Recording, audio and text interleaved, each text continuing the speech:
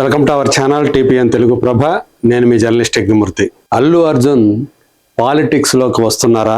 2 రోజుల నుంచి సోషల్ మీడియాలో ఇదే ఘోష. ఎందుకని ఇలాంటి ఒక ప్రచారం మొదలైంది? రీసెంట్ గా అల్లు అర్జున్ ఈ ఎన్నికలకు సంబంధించినటువంటి వ్యూహకర్త ఎవరైతే ఉన్నారో నేషనల్ లెవెల్లో బాగా పాపులర్ అయినటువంటి ప్రశాంత్ కిషోర్, పీకేగా బాగా పాపులర్ అయినటువంటి అతనితోటి అల్లు అర్జున్ మీట్ అయ్యాడు. ఒక కొత్త పార్టీ ఏర్పాటు గురించి ఆంధ్రప్రదేశ్ లో పాసిబిలిటీస్ ఏంటి, మనం ఎంతవరకు అందులో సక్సెస్ అవుతాము అనే దాని గురించి పీకే తోటి అల్లు అర్జున్ డిస్కస్ చేశాడు అంటూ ఈ 2 రోజులుగా సోషల్ మీడియాలో హోరెత్తిపోయింది. మరి నిజంగా అల్లు అర్జున్కి రాజకీయాల్లోకి వచ్చేటువంటి ఉద్దేశం ఉందా అంటే ఆయన సన్నిహిత వర్గాల నుంచి మాత్రం అలాంటిది ఏమీ లేదు. ఇది కేవలం స్పెక్యులేషన్ మాత్రమే, ఎవరో కావాలని సృష్టించింది. ప్రస్తుతం ఆయన మొత్తం ఫోకస్ అంతా కూడా రాజకీయాలు కాదు, సినిమా మీదే ఉంది. సినిమా కెరీర్ మీదే ఆయన దృష్టి అంతా ఉంది. కాబట్టి రాజకీయాలు అనేవి ఇప్పుడు ఆయన ఒంటికి సరిపడనటువంటి విషయాలు అంటూ వాళ్ళు చెప్పుకొస్తూ ఉన్నారు. అయితే అల్లు అర్జున్ గనక రాజకీయాల్లోకి వస్తే సక్సెస్ అవుతాడు అనేటువంటి అభిప్రాయాన్ని చాలా మంది వ్యక్తం చేస్తూ ఉండటం సోషల్ మీడియాలో ఇక్కడ మనం గమనించాల్సినటువంటి విషయం. వాళ్ళు అభిమానులే కావచ్చు, ఆ అభిమానుల్లో కూడా స్ప్లిట్ అనేది కనిపిస్తోంది. వాళ్ళలో చాలా మందికి తమ హీరోని సినిమాల్లో హీరోగానే చూడాలని చెప్పేసి కోరుకుంటూ ఉన్నారు. రాజకీయాల్లోకి వస్తే మళ్ళీ కొందరు వాడైపోతాడు. ఇప్పుడు చాలా మంది ఆయనకి అభిమానులు ఉన్నారు. అన్ని పార్టీల వాళ్ళు ఆయన అభిమాన గణంలో ఉన్నారు. అలాంటిది ఆయన పాలిటిక్స్ లోకి వస్తే మళ్ళీ ఆయన కొంతమందికే పరిమితం అయిపోతాడు అనేటువంటి వాదన వినిపిస్తూ ఉన్నారు. అసలు ఈ స్పెక్యులేషన్ ఎందుకు వచ్చింది అని ఆరా తీస్తే, లోతుగా వెళితే, రీసెంట్ గా దళపతి విజయ్ తమిళనాడు అధికార పగ్గాల్ని చేపట్టడం, ఆయన ముఖ్యమంత్రి అవటం, ఇది చాలా మంది ఎవరు ఊహించనటువంటి పరిణామం అని చెప్పేసి మనం ఇదివరకు కూడా చెప్పుకున్నాం.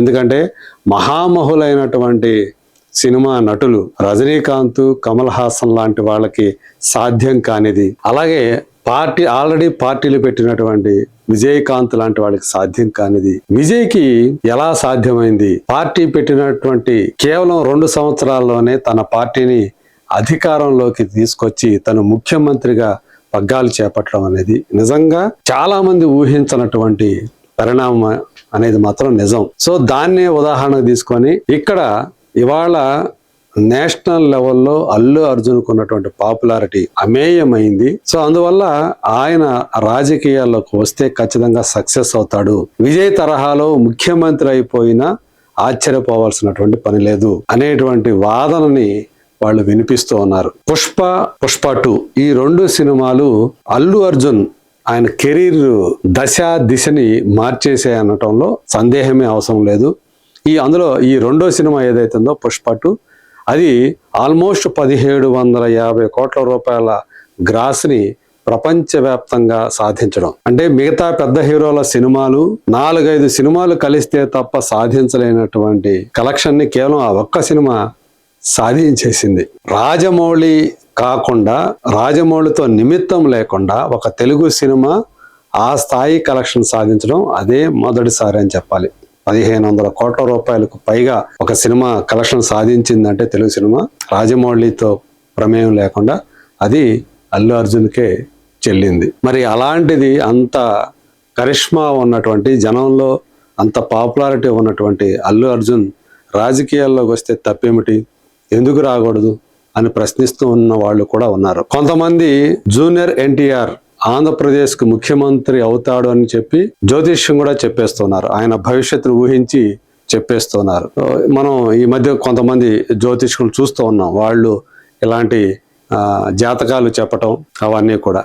సో అలాగే జూనియర్ ఎన్టీఆర్ జాతకంలో అది ఉంది, ఆంధ్రప్రదేశ్ ముఖ్యమంత్రి అయ్యే యోగం ఉంది అని చెప్తున్న వాళ్ళని మనం చూస్తూ ఉన్నాం. మరి అదే తరహాలో మరి అల్లు అర్జున్ కూడా ముఖ్యమంత్రి అయ్యేటువంటి అవకాశం ఉందా అంటే చాలా మంది ఉందని నమ్ముతూ ఉన్నారు. అందుగురించే ఇదే కరెక్ట్ అయినటువంటి సమయం. ఆయన ఇప్పుడు పీక్ స్టేజ్ లో ఉన్నాడు కెరీర్ పరంగా. ప్రస్తుతం ఏదైతే తను పుష్ప 2 తర్వాత చేస్తున్నటువంటి రాకా అనేటువంటి సినిమా, తను హీరోగా నటిస్తున్నటువంటి 22వ సినిమా అట్లీ డైరెక్షన్ లో, దాని మీద కూడా అంచనాలు అసాధారణ స్థాయిలో ఉన్నాయి. దాదాపు 800 కోట్ల రూపాయల బడ్జెట్ తోటి తయారవుతున్నటువంటి ఆ సినిమా సునాయాసంగా 1000 కోట్ల పైగానే ప్రపంచవ్యాప్తంగా వసూళ్లు రాబడుతుంది అని ముందుగానే అంచనాలు వేస్తున్నారు. అంటే తక్కువలో తక్కువ, అది 1500 చేస్తుందా, ఆ పైన 2000 కోట్లు చేస్తుందా అనేది తర్వాత, అది విడుదలైన తర్వాత సంగతి. కానీ ఈ లోపల కనీసంగా 1000 కోట్లు చేస్తుంది అనేది చాలా మంది ట్రేడ్ నిపుణుల అభిప్రాయం కూడా. అలాగే దాని తర్వాత అంటే రాకా తర్వాత తను AA23 సినిమాని లోకేష్ కనకరాజ్ డైరెక్షన్ లో చేస్తాడు. సో దానికి సంబంధించి ఆల్రెడీ అనౌన్స్మెంట్ వీడియో కూడా వచ్చింది. ట్విట్టర్ లో అది ఒక సెన్సేషనల్ హిట్ అయింది. అత్యధిక అంటే ఒక అనౌన్స్మెంట్ వీడియో అనేది ఆ స్థాయిలో వీక్షణలు పొందటం, అంత వ్యూయర్షిప్ సాధించడం అనేది అది కూడా ఒక అసాధారణం అని చెప్పేసి చెప్తున్నారు. సో అట్లా ఇది అంతా చూస్తూ ఉంటే ఇది అల్లు అర్జున్కి చాలా పీక్ స్టేజ్ లో ఉన్నట్టే లెక్క కెరీర్ పరంగా. సో దాన్ని ఇప్పుడు గనక రాజకీయాల్లోకి వస్తే దాన్ని అన్కాస్ట్ చేసుకునేటువంటి అవకాశం ఉంది. సో జనం ఆయనకి పట్టం కడతారు. ఆయన కొత్త పార్టీ గనక పెడితే ఖచ్చితంగా ఉపయోగపడుతుంది ఆయనకి రాజకీయంగా అని నమ్ముతున్న వాళ్ళు ఉన్నారు. ఏదైతే సంధ్యా థియేటర్ ఘటన ఉందో దాని దరిమిల ఆయన ఎదుర్కొన్నటువంటి పరిస్థితులు కూడా తెలంగాణ ప్రభుత్వం, ప్రత్యేకించి ముఖ్యమంత్రి రేవంత్ రెడ్డి ఆయనకు వ్యతిరేకంగా ఇచ్చినటువంటి ప్రకటనలు ఆ సమయంలో, ఇవన్నీ కూడా అల్లు అర్జున్ మెదడులో బలంగా నాటుకుపోయాయి. సో తను కూడా రాజకీయాల వైపు ఇంక్లినేషన్ కావడానికి ఆ ఘటన అనేది దోహదం చేసింది అని చెప్తున్న వాళ్ళు కూడా ఉన్నారు. అదే రాజకీయాల్లోకి వచ్చి తనే అధికార పగ్గాలు గనక చేపడితే ఎలా ఉంటుంది అనేటువంటి ఆలోచనకి ఆ ఘటన అంకురార్పణ వేసింది అని చెప్తున్న వాళ్ళు కూడా ఆయన సన్నిహిత వర్గాల్లో ఉన్నారు. మరి చూడాలి.